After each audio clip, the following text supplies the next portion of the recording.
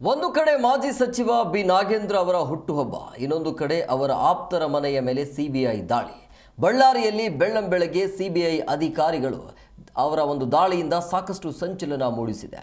ಹುಟ್ಟುಹಬ್ಬ ಆಚರಿಸಿಕೊಳ್ಳಬೇಕಾದ ಮಾಜಿ ಸಚಿವ ಬಿ ನಾಗೇಂದ್ರ ಅವರಿಗೆ ಸಂಕಷ್ಟ ಎದುರಾಗಿದೆ. ಈ ಕುರಿತು ವರದಿ ನಿಮ್ಮ ಮುಂದೆ.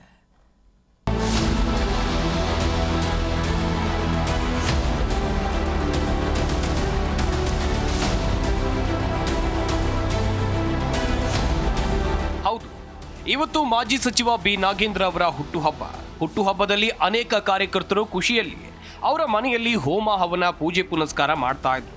ಇತ್ತ ಬೆಳ್ಳಂಬೆಳಗ್ಗೆ 6 ಗಂಟೆಗೆ ಬಳ್ಳಾರಿಗೆ ಸಿಬಿಐ ತಂಡ ಎಂಟ್ರಿ ಕೊಟ್ಟಿದೆ. ಬಳ್ಳಾರಿಯ ಬಿಜೆಪಿ ಕಾರ್ಪೊರೇಟರ್ ಆದ ಗೋವಿಂದರಾಜು ಹಾಗೂ ತಂದೆ ಕುಮಾರಸ್ವಾಮಿಯವರ ಮನೆ ಮೇಲೆ ಸಿಬಿಐ ದಿಢೀರನೆ ದಾಳಿ ನಡೆಸಿದ್ದಾರೆ. 2 ಇನೋವಾ ಕಾರಿನಲ್ಲಿ 10ಕ್ಕೂ ಅಧಿಕ ಅಧಿಕಾರಿಗಳು ಬಂದಿದ್ದಾರೆ. ಗೋವಿಂದರಾಜು ಅವರ ಮನೆಯೊಳಗೆ ಹಣ ವರ್ಗಾವಣೆ ಕುರಿತು ಪರಿಶೀಲನೆ ನಡೆಸಿದ್ದಾರೆ. ನೆಕ್ಕುಂಟಿ ನಾಗರಾಜ್ ಅಕೌಂಟ್ನಿಂದ ಕಾರ್ಪೊರೇಟರ್ ಗೋವಿಂದರಾಜು ಅಕೌಂಟ್ಗೆ 60 ಲಕ್ಷ ಹಣ ವರ್ಗಾವಣೆ ಆಗಿತ್ತು ಎನ್ನಲಾಗಿದೆ. ಖಚಿತ ಮಾಹಿತಿ ಮೇರೆಗೆ ಸಿಬಿಐ ಅಧಿಕಾರಿಗಳು ದಾಳಿಯನ್ನು ನಡೆಸಿದ್ದಾರೆ. ಈ ಸಂದರ್ಭದಲ್ಲಿ ಕಾರ್ಪೊರೇಟರ್ ಗೋವಿಂದರಾಜು ವಿವಿಧ ಕಡೆ ಹಣ ಹೂಡಿಕೆ ಮಾಡಿರುವ ಬಗ್ಗೆ ಮಾಹಿತಿ ಬೆನ್ನಲ್ಲೇ ಸಿಬಿಐ ತಂಡ ಗೋವಿಂದರಾಜು ಹಾಗೂ ಅವರ ತಂದೆ ಕುಮಾರಸ್ವಾಮಿ ಮನೆ ಮೇಲೆ ದಾಳಿ ಮಾಡಿ ತಲಾಶ್ ನಡೆಸಿದೆ.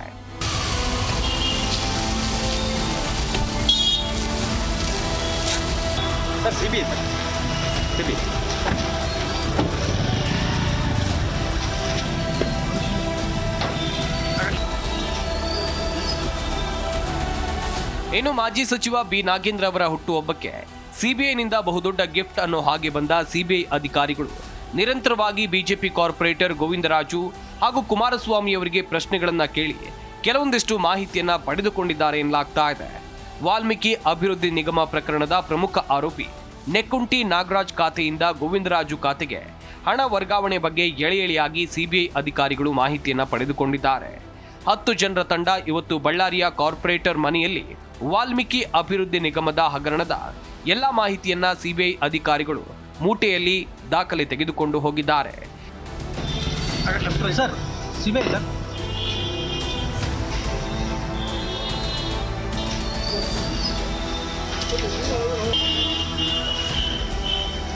ಖುಷಿಯಿಂದ ಹುಟ್ಟುಹಬ್ಬ ಆಚರಿಸಿಕೊಳ್ಬೇಕಾದ ಮಾಜಿ ಸಚಿವ ಬಿ ನಾಗೇಂದ್ರ ಅವರಿಗೆ ಸಿಬಿಐ ದಾಳಿ ನಿಜಕ್ಕೂ ಶಾಕ್ ಕೊಟ್ಟಂತಾಗಿದೆ. ಮುಂಬರುವ ದಿನಗಳಲ್ಲಿ ಬಹುಕೋಟಿ ವಾಲ್ಮೀಕಿ ಅಭಿವೃದ್ಧಿ ನಿಗಮದ ಹಗರಣ ಯಾವ ಹಂತಕ್ಕೆ ಹೋಗಿ ತಲುಪುತ್ತೆ ಅನ್ನೋದನ್ನ ಕಾದು ನೋಡಬೇಕಿದೆ. Veeresh Nayak, L, G Kannada news, Ballari.